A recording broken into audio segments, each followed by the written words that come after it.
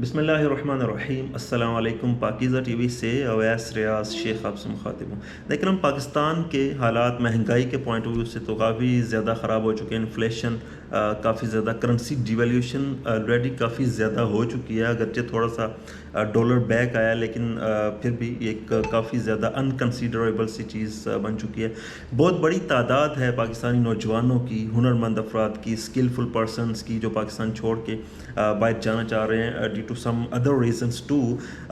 تو آپ جائیں پاسپورٹ آفیسز کے اندر لمبی لائنیں لگی ہوں گی۔ جو ٹریول ایجنسیز ہیں، میرے کئی دوست ہیں جو رن کر رہے ہیں، وہ بتاتے ہیں کہ یار بہت بڑی تعداد ہے جو پاکستان سے مایوس ہو کے پاکستان سے باہر جانا چاہ رہی ہے۔ خیر ہم تو پاکستان کے اندر ہی رہیں گے اوبیسلی ڈیو ٹو دا ہمارے بزنس سیٹ اپس اور دوسری چیزیں ہیں۔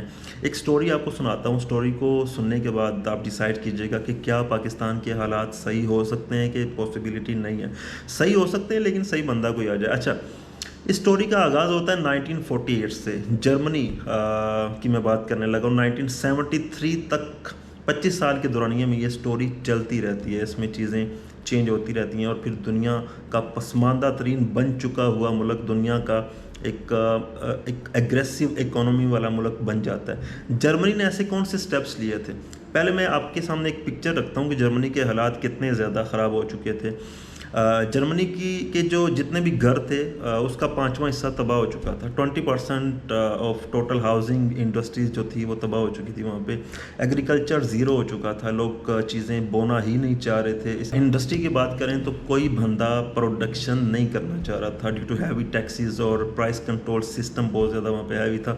لوگوں کو مخصوص کیلوریز دی جاتی تھیں زندہ رہنے کے لیے کہ بھائی یہ لو کھاؤ، اور لوگ ایکسٹرا آر ورکنگ کرتے تھے کہ یار ہمیں فوڈ کولیکٹ ہو جائے۔ لوگوں کی خواہشات یہ وہ ساری چیزیں سائڈ پہ ہو گئی تھیں، لوگ صرف فوڈ کے لیے 24 گھنٹے بھی ورکنگ کر رہے ہوتے تھے۔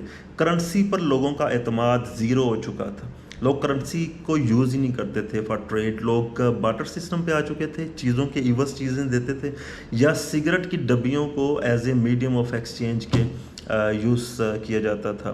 پرائس کنٹرول سسٹم ہیوی ہونے کی وجہ سے آپ کو ایک چیز 100 روپے کی پڑ رہی ہے، آپ کو کہا جاتا تھا 80 روپے کی بیچیں، آپ کبھی بھی نہیں بیچیں گے۔ تو جتنے بزنس مین تھے، جتنے ٹریڈرز تھے، جتنی ٹریڈنگ ایکٹیویٹیز کرنے والے لوگ تھے، وہ ملک چھوڑ کے جا چکے تھے، یا وہ ایکٹیویٹیز کو یا بزنسز کو رن کرنا بند کر چکے تھے۔ ٹیکسز بہت زیادہ امپوزڈ تھا اسلحہ خریدنے کے لیے، دوسری چیزوں کو خریدنے کے لیے۔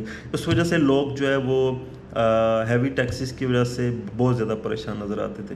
پھر وہاں پہ ایک مرد مجاہد صاحب آئے، وہاں کا جو وزیر خزانہ تھا، فری مارکیٹ اکانومسٹ تھا۔ وہ فری مارکیٹ اکانومسٹ ہوتا ہے جو مارکیٹ کو نیچرل فارم کے اندر رن اپ ہونے دیتا ہے، وہاں پہ ایگریشن والی چیزیں نہیں لگاتا ہے۔ تو اس نے آگے سب سے پہلے، اچھا اس نے الائٹ فورسز کا قبضہ تھا، وہ سنڈے والے دن آ کے اس نے اسپیچ کی تاکہ اسے اسپیچ سے روکا نہ جا سکے۔ اس نے سب سے پہلے اعلان کیا کہ یار پرانی کرنسی ہم ختم کر رہے ہیں، پرانی کرنسی کے اندر ہم نئی کرنسی لانچ کر رہے ہیں جس پہ ہم لوگوں کا اعتماد بحال کریں گے۔ اس نے کہا کہ یار جو ٹیکس ہے وہ ختم کر رہے ہیں، زیرو ٹیکس کر رہے ہیں، صرف بہت بڑی انکم والے لوگوں پہ ٹیکس ہوگا، ٹیکس نہیں ہوگا، آپ بزنس کریں، کچھ بھی کریں۔ ایک اور امپورٹنٹ چیز جو اس نے کی، اس نے پرائس کنٹرول سسٹم ختم کر دیا۔ اب آپ میں سے بہت سارے لوگ کہیں گے کہ یار جب پرائس کنٹرول سسٹم ختم ہوگا تو پرائسز اوبویسلی بڑھیں گی۔ ایسا نہیں ہوتا۔ اگر آپ نے اکانومی کو پڑھا ہوا ہے، اسٹڈی کیا ہوا ہے پراپرلی، جب بہت سارے کمپیٹیٹرز مارکیٹ کے اندر ہوتے ہیں، وہاں پہ پرائس کنٹرول سسٹم ختم کرنے کا فائدہ یہ ہوتا ہے کہ مارکیٹ کمپٹیشن میں چلی جاتی ہے، اور ہر بندے کی کوشش ہوتی ہے کہ اس کی چیز زیادہ سے زیادہ سیل ہو، اس وجہ سے وہ ریٹ نیچے کی طرف لے کے آتا ہے۔ ریٹ نیچے آتے آتے اپنی نیچرل فارم کے اندر آ جاتا ہے۔ اس کا فائدہ ملک کو یہ ہوتا ہے کہ بہت سارے لوگ بزنس کرنا شروع کر دیتے ہیں، ان کو جس ریٹ پہ چیز پڑ رہی ہوتی ہے اس پہ ایک مارجنل پروفٹ رکھ کے وہ چیزوں کو بیچنا شروع کر دیتے ہیں، لوگوں کو چیزیں ملنا شروع ہو جاتی ہیں، ملک کی اکانومی رن ہونا شروع ہو جاتی ہے۔ اور جب آپ کی ملک کی اکانومی زیرو پہ چلی جائے تو اس وقت ایسے سٹیپس لینا بہت امپورٹنٹ ہوتے ہیں۔ تو اس طرح کے کچھ سٹیپس لیے گئے، لوگوں نے بزنس کرنا شروع کر دیا، نئی کرنسی آ گئی، اعتماد کرنا شروع کر دیا، ایک دوسرے پہ ٹرسٹ کرنا شروع ہو گیا۔ انہوں نے ورکنگ کی مل کے، اور آج جرمنی کو آپ دیکھ لیں، دنیا کی ایک معاشی پاور کے طور پہ کھل کے وہ سامنے آ چکے ہیں، اور پاکستانی بہت بڑی تعداد میں وہاں پہ جابس وغیرہ کرتے ہیں، خیر بہت بڑے بزنسز تو نہیں کرتے۔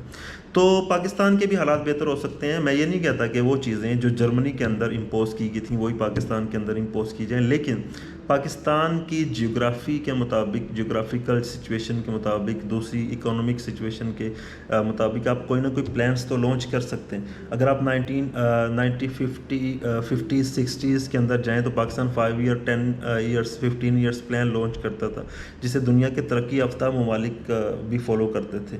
5 سالہ پلان کو لے کے آئیں, اس میں کوئی بھی حکومت آتی تھی پلان وہی چلتا رہتا تھا. پاکستان کے اندر آج کل ایک بہت بڑا مسئلہ ہے کہ شارٹ ٹرم پلانس بنتے ہیں, ٹھیک ہے. پچھلی حکومت کے پلان آنے والی حکومت ختم کر دیتی ہے, جس کی وجہ سے بزنس مین کا, انویسٹر کا ٹرسٹ ختم ہو جاتا ہے. اسے نہیں پتہ ہوتا کہ یار یہ جو پلان, یہ جو فیسیلٹی ہمیں دی گئی ہے, نیکسٹ گورنمنٹ اس کو کنٹینیو رکھ پائے گی یا اس کو ڈیمیج آؤٹ کر دے گی, کریش کر دے گی. تو یہ بہت زیادہ چیزیں ہیں. آپ نے اب مجھے بتانا ہے کہ پاکستان کے اندر کون سی چیزیں ایسی لانچ کی جا سکتی ہیں جو ملک کی معیشت کو بہتر کر دے, اور پاکستان کا جو ہنر ہے وہ پاکستان کے اندر رہ کے ہی کام کر سکے, اور یہاں پہ بیٹھ کے ملک کی معیشت کو بہتر انداز سے مطلب لے کے آگے جا سکیں ہم, بجائے اس کے کہ ہم باہر چلے جائیں. باہر جانا it's not an easy task یار. گھر والوں کو چھوڑنا, قرضے پکڑ کے, زیورات, زمینیں بیچ کے 5-5 سال تک وہ قرضے اتارتے رہنا, دین اپنے گھر کے حالات بہتر ہونے کی طرف آتے ہیں, اور پھر گھر والوں کا ایک وچھوڑا بھی ہوتا ہے جو آپ نے برداشت کرنا ہوتا ہے. تو پاکستان کے اندر رہ کے چیزوں کو کیسے بہتر کیا جا سکتا ہے, کون سے ایسے سٹیپس ہیں معاشی پوائنٹ آف ویو سے جو لیے جا سکتے ہیں. پاکستانی قوم جو ہے, یوتھ ہے ہماری, ینگ جنریشنز ہیں, وہ ایسے کون سے سٹیپس لے سکتی ہے. تو اسی ایک مختصر میسج کے ساتھ مجھے اجازت دیں. اس طرح کی مزید ویڈیوز دیکھنا چاہتے ہیں, تھاٹس, آئیڈیاز لینا چاہتے ہیں, تو آپ فیڈ بیک میں مجھے سجیسٹ کر سکتے ہیں کہ بھئی اس ٹاپک پہ آپ ویڈیو بنا دیں. تو انشاءاللہ I will do it for you people. Channel کو سبسکرائب کرنا بالکل مت بھولیے گا. اللہ حافظ.